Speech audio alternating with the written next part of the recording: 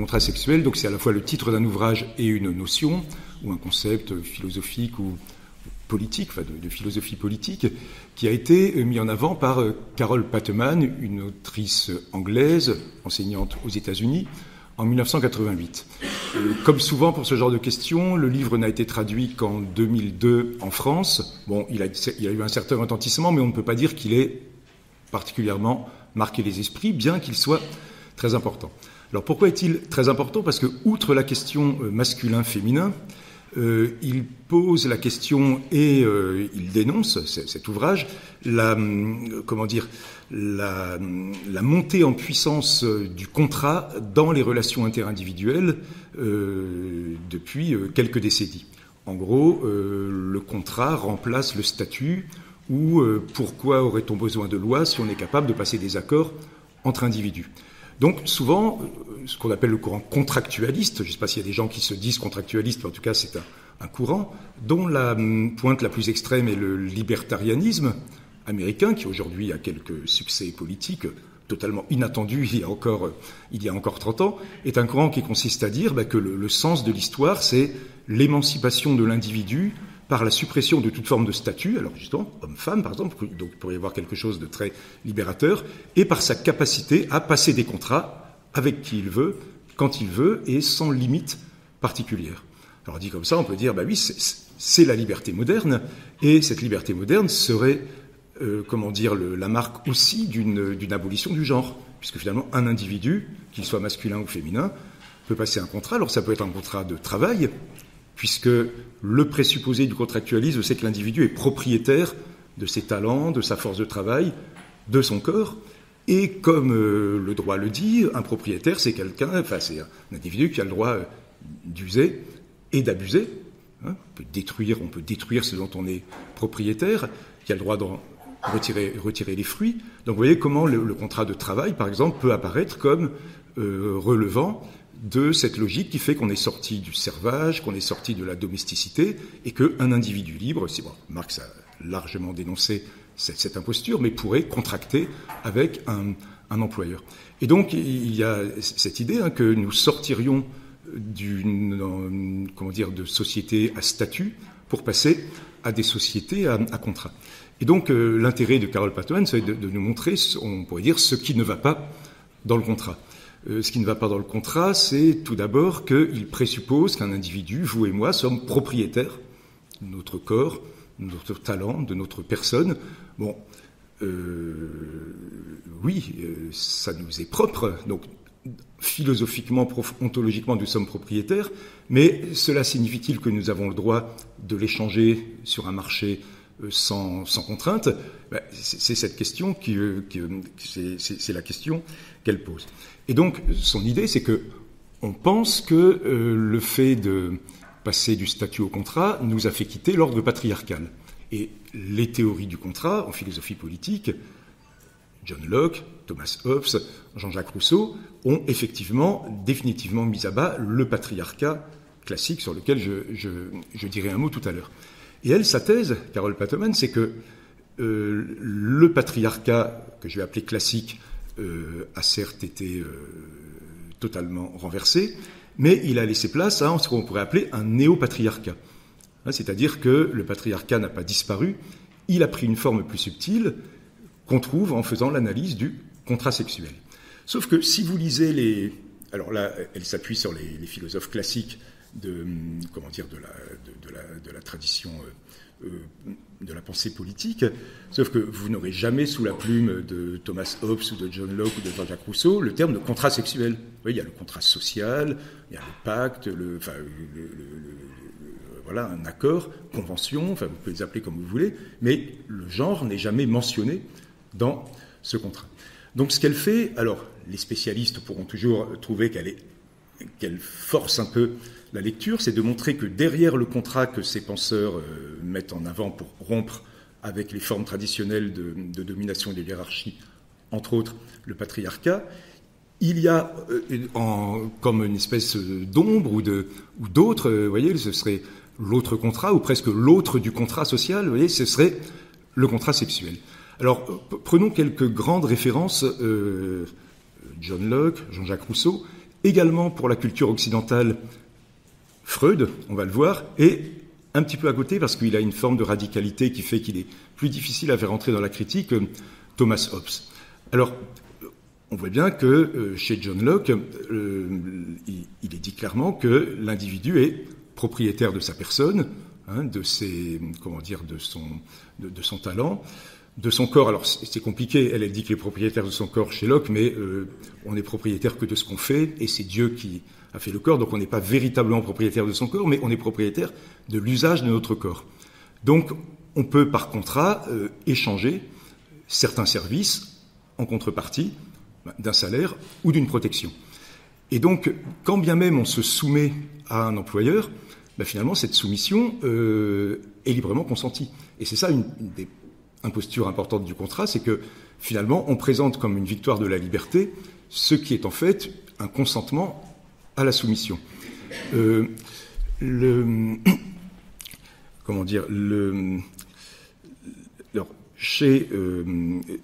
Pas chez John Locke, évidemment, mais chez certains contractualistes, il y a écrit noir sur blanc. J'étais sidéré en préparant d'aller voir que ça existe dans les textes américains, des gens qui sont pour l'esclavage civil. Finalement, l'esclavage civil, c'est un contrat de travail. La seule différence, c'est qu'il est à perpétuité et 24 heures sur 24. Bon, mais s'il est contractualisé, il n'y a pas. Donc, vous avez aujourd'hui des gens aux États-Unis, là, dans l'entourage de ceux qui sont en train de prendre le pouvoir, des gens qui ne sont pas contre l'idée d'un esclavage civil dans la mesure où il a été consenti. Alors évidemment, si je suis propriétaire de mon corps, de mes compétences, de mon temps, j'en fais ce que je veux. Vous voyez ? Donc où pourrait-on trouver une limite ?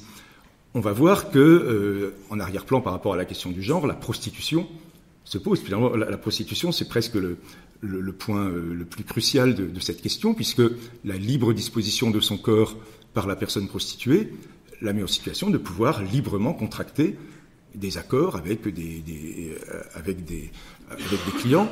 Donc vous voyez, on pourrait dire que finalement, l'accomplissement de ce contractualisme, c'est le contrat de prostitution, qui alors choque selon les contractualistes parce que c'est des préjugés archaïques sur le corps, sur la sacralité du corps. Mais finalement, si on prend la liberté à la lettre au sens où ils l'entendent, eh bien, pourquoi ne pas proposer la prostitution ? Donc, pour les contractualistes, il s'agit d'un contrat de travail comme un autre. Et seuls quelques préjugés, comme je le disais, feraient qu'on pourrait trouver ça choquant. Je me rappelle, il y a quelques années, la première fois que j'avais lu ce livre, c'était le moment où était sortie une pétition de quelques masculinistes qui sévissent encore, et peut-être même plus aujourd'hui, sous la houlette de Frédéric Beigbeder, qui avait lancé le manifeste des 343 salauds, renversant, comme font toujours ces gens-là, les slogans émancipateurs des années précédentes. En fait, ils n'étaient pas 343, ils étaient 19, ce qui est un peu rassurant. Bon, c'était des salauds, ils le revendiquent, mais on peut confirmer qu'ils le sont. Et ils disaient, touche pas à ma pute. Voilà, parce que j'ai acheté ces services, et donc la prostitution contractuelle ne devrait pas être, puisqu'à l'époque le gouvernement, à cette époque, voulait pénaliser les clients, il disait mais il n'y a aucune raison de pénaliser des gens, des adultes consentants qui ont passé un contrat. Bon, donc il y a un lien, alors qui peut paraître intuitif, mais elle montre bien qu'il n'est pas si intuitif que ça, qu'il est aussi très conceptuel, entre le masculinisme et des formes de domination capitaliste radicale, avec une pensée supposée être une pensée libertaire ou libérale au sens un peu plus neutre. Alors prenons par exemple, John Locke. Vous voyez, évidemment pour John Locke, je ne peux accepter un pouvoir que si j'y ai consenti et que si, en contrepartie de mon obéissance, je protège ma vie. Enfin, il protège ma vie, ma liberté, mes biens. Et pour John Locke, vraiment, dès que j'estime que ce pouvoir, que ces trois propriétés sont menacées par le pouvoir, j'ai le droit de résister. Donc, important, j'ai le droit de rompre le contrat. À l'époque de John Locke, nous avons un petit peu avant John Milton, qui, le premier, théorise le divorce par consentement mutuel. Donc, le mariage, c'est encore quelque chose de très patriarcal, on ne choisit pas véritablement de se marier, mais il dit, mais par contre, on a le droit de rompre le contrat. Donc vous voyez, l'idée de contrat implique l'idée de sa rupture possible, ce qui est très paradoxal. Vous voyez, Je passe un contrat en présupposant que si je veux, je peux le rompre. Du coup, il n'y a plus de contrat. Vous voyez, c'est plus, puisque chacun peut rompre à tout moment le contrat. Donc déjà là, d'un point de vue logique, il y a quelque chose qui est un petit peu étrange. Bon, par contre, chez Locke, c'est tout à fait cohérent. J'ai intérêt à déléguer à un gouvernement la protection de mes propriétés fondamentales par la loi. Et donc, s'il ne le fait pas, je suis en mesure et en droit de rompre le contrat. Mais dans l'histoire, tous ces penseurs font ce qu'on appelle une histoire conjecturale, c'est-à-dire qu'ils imaginent comment ça a pu se passer pour qu'on en arrive, par exemple, à des monarchies absolues ou au contraire à des sociétés de contrats. Et John Locke imagine que les premières communautés humaines, c'était des familles dans lesquelles, petit à petit, le père, puis le fils aîné qui lui-même devient père, ont assumé des pouvoirs politiques, quand elles se sont un peu complexifiées. Donc au départ, le père n'est pas un roi, contrairement à ce que disait Robert Filmer, celui qui avait écrit Patriarcat, le livre contre lequel John Locke écrit ses traités du gouvernement civil. Et pour Filmer, le père a un pouvoir politique. Par nature, le pouvoir du père est un pouvoir politique, et c'est comme ça qu'il justifiait la monarchie absolue en tant que descendant du pouvoir donné par Dieu à Adam. D'accord ? Et donc John Locke dit, mais le pouvoir d'un père n'est pas politique. Il est lié aux liens familiaux, et c'est seulement par une espèce d'habitude et de facilité que petit à petit, les enfants, les membres de la famille, ont attribué librement au père un pouvoir politique. Et il explique que quand certains pères, dans certaines sociétés, ont abusé de ce pouvoir, eh bien les individus ont récupéré leur liberté naturelle, se sont débarrassés du père et ont établi un contrat entre frères. Donc on passerait du patriarcat à la fraternité. Les frères se débarrassent du père et ils sont égaux et ils passent un contrat. Donc vous voyez, on passe d'une espèce de droit naturel, de primat naturel d'un père à la libre organisation des frères. Alors vous voyez, vous avez un père, la mère, on ne sait pas trop, vous avez des frères, fraternité, les sœurs, on ne sait pas trop. Alors est-ce que c'est juste un oubli culturel lié à l'époque, ou est-ce qu'il y a quelque chose de plus fondamental ? Eh bien, ce qu'explique Carol Pateman, alors là je ne peux pas rentrer dans le détail de John Locke, mais c'est que finalement, il n'a jamais été question que du père et de ses fils qui deviennent des frères, ce qui fait que quand on parle de fraternité, quand on entend au sens large, on parle de fraternité de l'humanité, hommes, femmes confondus, alors qu'elle dit, il faut prendre fraternité à la lettre. Ce sont des frères qui passent un contrat librement et qui vont se répartir le pouvoir qui était celui du père et qui vont faire des lois de manière contractuelle, à travers des débats, des assemblées, etc. Donc en fait, le terme de fraternité cache... Alors, c'est ça qui est un petit peu étonnant chez elle. Elle dit, donc c'est un nouveau patriarcat, c'est pas des pères, c'est des frères, mais elle dit finalement c'est la forme... Il faudrait peut-être me dire domination masculine, je ne sais pas pourquoi elle ne le dit pas, mais finalement, il y a une institution de la domination masculine qui est, cachée, mais qui accompagne la mise en place du contrat social. Alors, si vous avez... Alors, je sais que c'est très...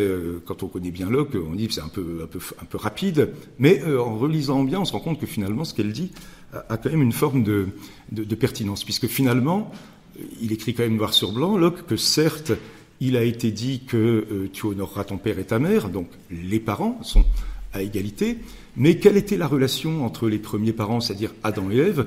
Bien, dit-il, c'était pas une relation politique, comme disait Filmer, Adam n'est pas le roi d'Ève, mais ils avaient entre eux les relations normales d'un couple conjugal avec la femme qui est soumise au mari.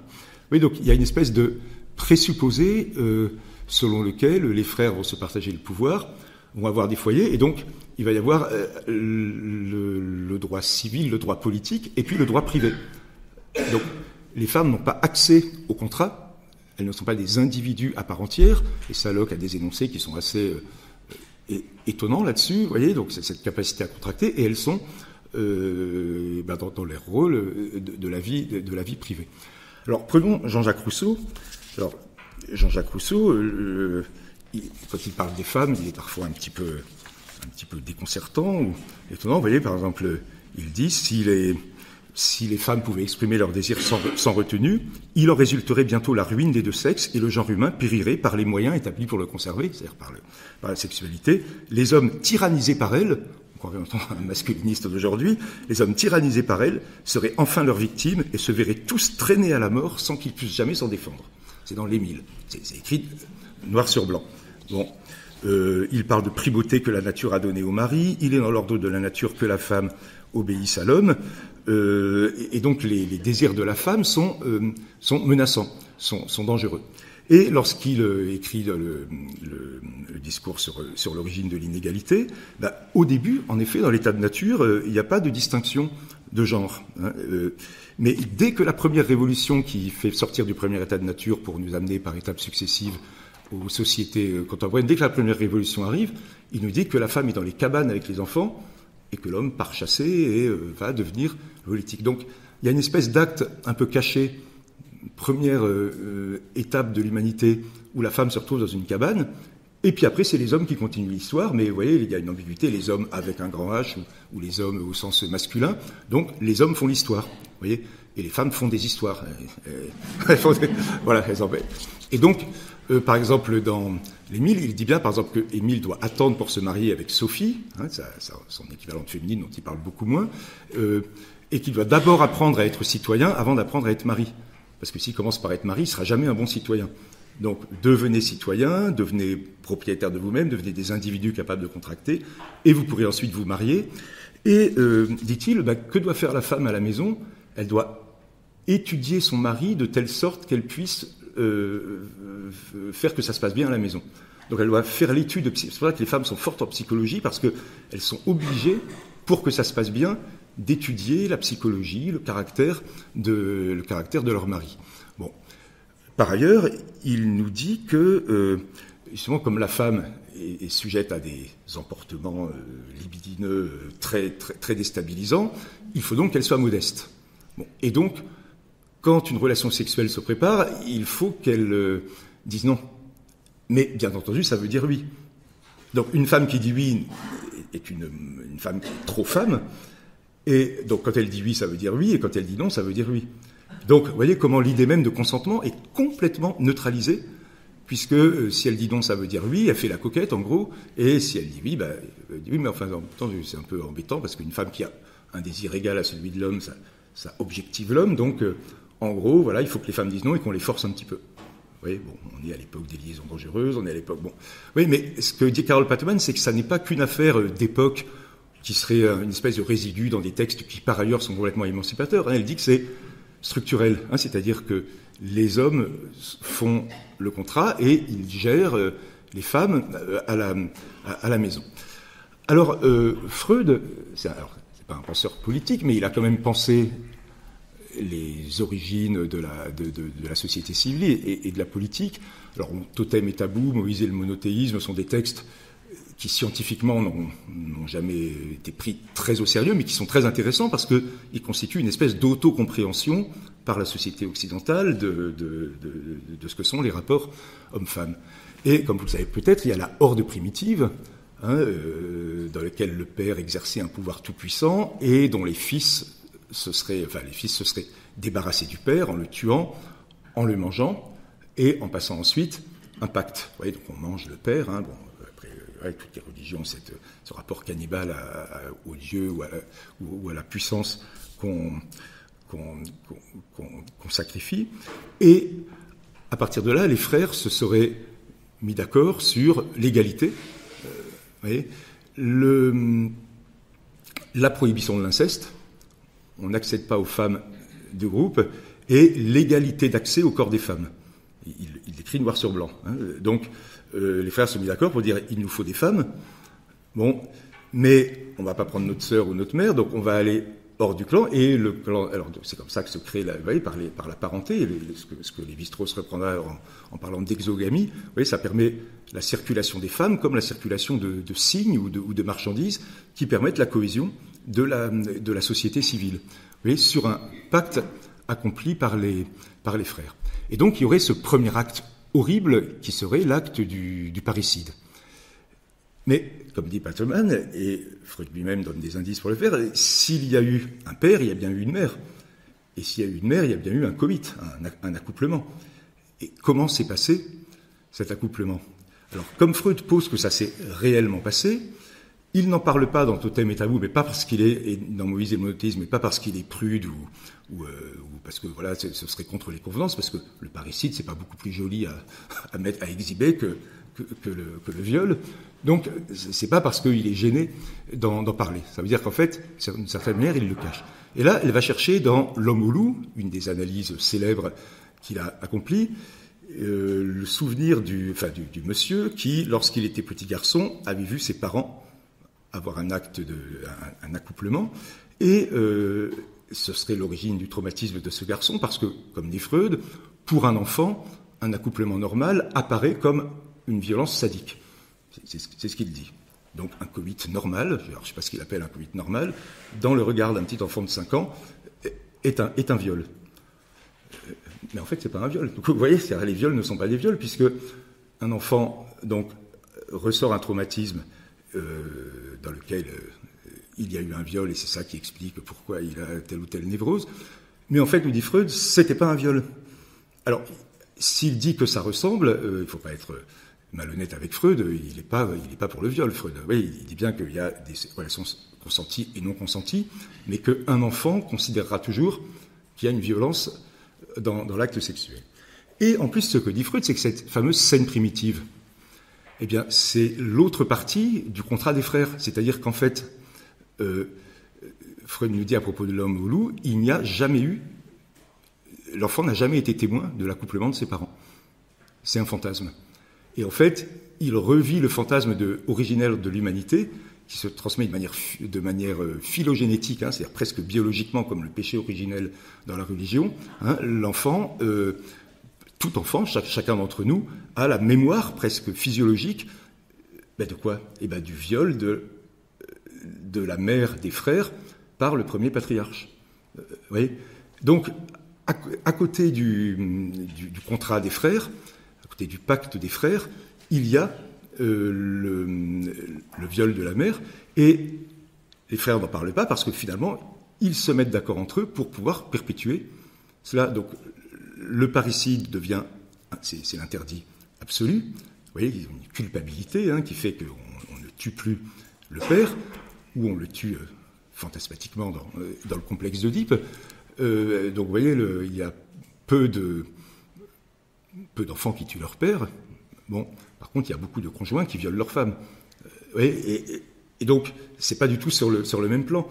Et donc, finalement, est intégré comme ça ce contrat sexuel qui fait que dans la société occidentale, alors ça commence, comme disait Nadia Taïbi tout à l'heure, ça commence, espérons-le, à changer, mais en gros, la libre disposition du corps des femmes par les hommes était un présupposé.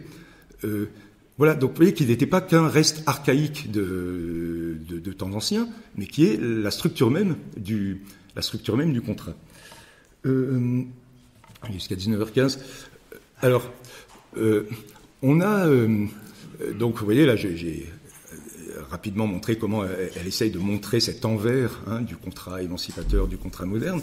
Alors, on a un penseur très intéressant de ce point de vue-là, qui est Thomas Hobbes. Alors, lui, il est radicalement contractualiste, puisque, pour lui, même dans la nature, il n'y a pas, littéralement, de différence homme-femme. J'ai omis de dire tout à l'heure que lorsque Locke ou ses contemporains veulent justifier le fait que quand même il y a des relations de domination dans la famille, ils disent que c'est parce que les hommes sont plus forts, c'est un petit peu pauvre. Donc il y avait une féministe de l'époque, dont j'ai oublié le nom, qui disait donc dans ce cas-là, le porteur d'eau sur les quais, il est plus apte à contracter, à faire de la politique, puisqu'il est plus fort que John Locke dans son bureau. Vous voyez, donc la force des hommes, ou les capacités, oui, sont plus aptes à réfléchir, mais bon, c'est Aristote dit. Mais vous voyez, là, il y avait déjà des féministes à l'époque qui disent mais c'est ridicule, c'est parce que les femmes n'ont pas été à l'école, c'est tout. Enfin, donc, vous voyez, finalement, ce qui manque aux femmes n'a jamais été défini. Donc, il y a bien un acte de prise de pouvoir ne se fondant même pas sur la nature.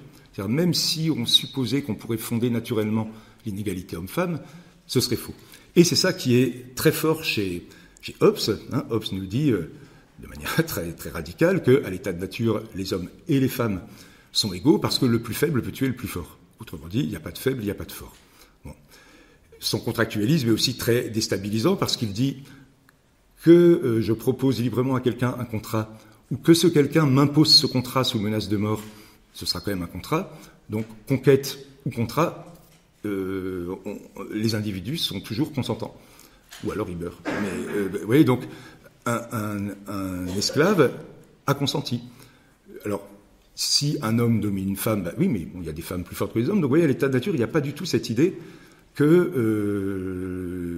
y aurait des pré-structures familiales qui seraient à l'œuvre. Et comment dire, même les relations, il va très loin, même les relations parents-enfants sont des relations contractuelles. C'est-à-dire l'enfant, il n'a pas tellement les moyens, mais il est bien obligé d'accepter d'avoir les parents qu'il a. Donc, le nourrisson a déjà dit oui. Vous voyez ? Donc finalement, en généralisant totalement le contrat, ben, il le neutralise. Complètement. Et il va jusqu'à dire, ce qui pourrait paraître très féministe, mais elle dit que ça ne l'est pas, que en l'absence de preuve de la paternité, puisqu'il n'y avait pas d'ADN à l'époque, et puis voilà, eh bien, c'est la mère qui est la maîtresse de l'enfant. C'est-à-dire, la mère a une relation de maître à esclave avec son enfant qui accepte. Alors, Hobbes distingue l'esclave dans les chaînes, c'est-à-dire celui qui n'a pas accepté et qui donc a le droit de tuer son dominateur, et l'esclave qui a fait un contrat. Bon, tu es plus fort que moi, ou tu as un chantage, donc j'accepte de te servir. Voilà. Après, il peut toujours, dans les faits, se retourner. Et donc, l'enfant, c'est un petit esclave qui n'a pas dit non. Parce que pour Hobbes, en plus, il ne faut pas nécessairement dire oui, on peut tacitement faire comprendre qu'on a dit oui. Vous voyez, si je vous tords le bras, je vous regarde, bon, il a dit oui. Bon, vous voyez, donc c'est à la fois, intellectuellement, c'est assez vertigineux, et en même temps, donc on pourrait dire, voilà, au moins un féministe, même si c'est un peu étrange. Mais il se trouve que lorsque, pareil, le contrat qui va mettre en place le Léviathan, hein, ce monstre froid dont le pouvoir est absolu et dont tous les sujets sont en même temps des esclaves, ce contrat est quand même passé par des hommes parce qu'on suppose que, de fait, dans l'état de nature pré-politique, il y a déjà des familles dans lesquelles les femmes ont déjà dit oui. Et donc, ce sont les hommes qui passent le contrat, et par contrat, ils instaurent les relations matrimoniales où la femme obéit à l'homme. Donc, vous voyez, c'est pas par nature que la femme obéit à l'homme, mais c'est par une espèce de subterfuge, enfin, un théorique assez subtil, hein, qu'on en arrive à légitimer les relations matrimoniales classiques. Donc, vous voyez, même avec Hobbes, on n'arrive pas à sortir du contrat sexuel. Alors, maintenant, justement, on pourrait penser que aujourd'hui, justement, les différentes luttes de libération, d'affirmation, font que finalement, de même que les individus hommes prennent l'initiative de passer le contrat, les femmes ont pris l'initiative, vous voyez, les suffragettes, les militantes féministes, donc finalement, on pourrait dire, ça y est, c'est en train de changer. Hein, même ce patriarcat, ce néo-patriarcat, serait en train de changer. Sauf ce qu'elle dit, c'est que si on prend une stratégie contractualiste pour dire comme les femmes accèdent au contrat, elles sont donc maintenant les égales de l'homme, alors c'est ça qui est intéressant philosophiquement dans sa thèse, c'est que si elles accèdent au contrat, encore faut-il que le contrat soit réellement ce qui libère. Et là, elle fait une analyse qu'on trouve déjà un peu, mais pas complètement chez Marx, en disant mais qu'est-ce qu'on échange dans un contrat ? Par exemple, dans un contrat de travail, on échange sa force de travail dont on est propriétaire. Et donc, voilà, on nous paye contre un salaire. Donc, le salaire, c'est bien la marque qu'il y a un échange, hein, on n'est pas esclave. Et ce salaire, rétribue l'usage par d'autres employeurs de la force de travail. Sauf que, dit-elle, si je vous loue ma voiture, j'ai pas besoin d'être dans ma voiture pendant que vous en faites usage. Par contre, si je vous loue ma force de travail, j'ai bien besoin d'être là. Elle dit, c'est assez amusant, pas de travail sans travailleur. Donc, la personne dans son corps qui loue sa force de travail, elle est là. Et donc, en plus de louer sa force de travail, le contrat implique, sans le dire, la subordination. Donc ça, vous avez Alain Supiot qui a très bien montré ça en tant que juriste. Hein, le contrat de travail, c'est un contrat de subordination. C'est-à-dire non seulement l'employeur a le droit de vous faire faire dans certaines limites définies par le contrat, mais oui, il a le droit de vous changer dans une usine, on va vous changer de poste, etc. Mais il exige, explicitement ou implicitement, la subordination. C'est-à-dire, vous devez obéir et vous devez être là. Ce qui fait que si on dit la prostitution, c'est un travail comme les autres, bah oui, puisqu'on loue des services sexuels, bah oui, mais la prostituée est bien là pendant que le service sexuel est utilisé par le client. Alors, petite parenthèse, elle, c'est quelque chose, elle dit toujours la prostituée, elle sait bien qu'il y a des hommes prostitués, comme si par définition la prostitution était quelque chose de patriarcal, au sens où elle l'entend. Bon, question que je pose, est-ce que la prostitution masculine ne permettrait pas de repenser un peu la question? Bon, c'est juste une question. Vous voyez, dans les gens qui soit défendent la prostitution, soit luttent contre la prostitution, il y a toujours un clivage entre ceux qui disent la prostitution c'est une affaire de femmes et par accident certains hommes traités comme des femmes sont des prostituées, ou alors on considère que la prostitution est une pratique entre individus et que la subordination qu'on peut critiquer n'a rien à voir avec le genre. Alors donc elle veut quand même rattacher cette subordination au genre. Et donc, vous voyez, bon, je vais arrêter là, il y avait pas mal d'autres choses à dire, mais quand Marx explique que finalement le salariat c'est une forme d'esclavage ou de prostitution, c'est pour condamner le salariat. Et quand aujourd'hui des contractualistes vous disent que la prostitution c'est un travail comme un autre, ben, en fait ils ont tous les deux raison, mais il y a un problème. Vous voyez, donc pourrait-on établir des relations des relations qui ne seraient pas fondées sur la subordination alors que le contrat suppose la subordination? Eh ben, c'est une question importante. Et là, c'est compliqué parce que, par exemple, un sociologue du travail comme Robert Castel disait que justement il faut défendre le statut. Les retraites, la durée de travail, le statut de salarié, c'est de la propriété collective. Vous voyez, c'est la propriété de ceux qui ne sont propriétaires de rien. Donc j'ai un statut. Et vous voyez comment d'ailleurs aujourd'hui tout est fait, nos gouvernements successifs depuis quelques années, pour détruire toute forme de statut. Donc finalement on pourrait défendre le statut, mais alors elle, quand elle parle du statut, elle dit que c'est du paternalisme. Vous voyez, le patron, père, etc., vous protège. Donc il y a là quelque chose d'assez, ambigu. Vous voyez, donc on voit bien sa critique du contrat en général, sa critique du contrat sexuel, l'idée que la femme a été construite comme ménagère et l'homme comme travailleur, parce que, pareil, vous voyez, si la femme est à la maison, c'est pas que parce qu'il faut bien faire le ménage, c'est parce que c'est la femme. Et lorsque dans l'époque moderne, le lieu de travail s'est séparé du foyer, vous voyez, en gros l'atelier ou l'usine n'est plus à la maison, il y a vraiment eu l'homme qui devient travailleur et la femme qui devient ménagère. Et pendant longtemps, mais peut-être que ça change aujourd'hui, une femme qui travaille, c'était soit parce que son mari était riche, ça faisait un peu d'argent de poche, soit parce qu'ils étaient tellement pris à la... Mais c'était pas un vrai travailleur. Vous voyez, la place de la femme, c'est... Bon, ce qui fait que quand, par exemple, Engels, pour critiquer le capitalisme et la domination masculine, dit finalement la femme est doublement prolétaire, enfin elle est prolétaire d'un prolétaire. Bon, parce que sa force de travail n'est même pas payée, alors que au moins celle de son mari est payée. Ben, au fond, dit Paterman, c'est intéressant, mais ça ne règle pas le problème parce que la femme n'est pas, l'employée de son mari, comme son mari est employé de son patron. Elle est ménagère. Oui. Et ça, d'après elle, le contrat sexuel le pose radicalement. Alors, par exemple, il faudrait, dit-elle, les contractualistes disent, il faudrait que le contrat de mariage, alors j'en ai pas parlé, mais on pourrait appliquer les mêmes analyses, que le contrat de mariage soit déconnecté du genre. Oui, et à l'époque où elle a écrit, le mariage homosexuel n'était pas encore, un petit peu aux États-Unis, mais oui, donc est-ce que finalement le mariage pour tous, j'espère ne pas faire de confusion, c'est le mariage pour tous, c'est pas là.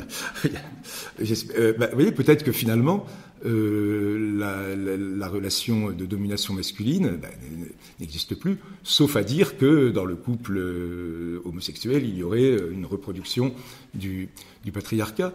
Par rapport au travail, l'ubérisation, vous voyez, le fait que chacun devienne son petit chef d'entreprise personnel et contracte avec des clients ou avec des entreprises pour qui il va faire de la sous-traitance, est-ce que c'est un progrès ou est-ce que c'est une régression? On en revient un petit peu aujourd'hui, on se rend compte qu'il vaut quand même mieux être salarié que que d'être que auto-entrepreneur. On peut l'être un petit peu, mais n'être que auto-entrepreneur, c'est embêtant. Donc, vous voyez, finalement, on a quand même besoin du statut, on a quand même besoin du salaire. Bon, et donc, voilà quelques questions qui se posent. Et juste, alors là, je ne fais que poser la question, qu'en est-il pour la gestation pour autrui? Vous voyez, là, voilà, c'est un aboutissement du contractualisme. Hein. Je loue mon ventre pour faire naître un enfant. Et donc, vous voyez, là, elle est intéressante, elle est féministe, mais elle dit que finalement, la GPA, c'est une aberration libertarienne, quoi. Alors, je sais que ça peut déchaîner des... Oui, parce que ça, on peut tout vendre, on peut tout acheter. Et vous voyez bien, pour terminer, enfin, que le libertarisme qui triomphe aujourd'hui n'est pas spécialement féministe. Donc elle dit, finalement, elle l'avait anticipé il y a 40 ans, les féministes qui voient dans la multiplication des contrats une espèce de libération universelle, elle avait analysé que c'était une erreur, et la réalité actuelle, la brochette de gens qu'on a au pouvoir, les Bolsonaro, les Trump, les Musk, etc., sont tous sauf féministes. Et donc c'est vraiment une triomphe du contrat sexuel. Hein, vous voyez, donc le contrat généralisé, c'est le triomphe du contrat sexuel auquel on assiste aujourd'hui, en espérant qu'ils ne vont pas réussir, mais vous voyez, il y a vraiment une offensive très très forte, hein, qu'on pourrait appeler masculiniste, aussi raciste d'ailleurs, vous voyez, on parle de l'esclavage. Donc c'est intéressant de voir comment elle avait compris il y a 40 ans, de manière très philosophique, en déconstruisant des pensées classiques, quelque chose dont on a aujourd'hui les manifestations assez criantes. Voilà, merci.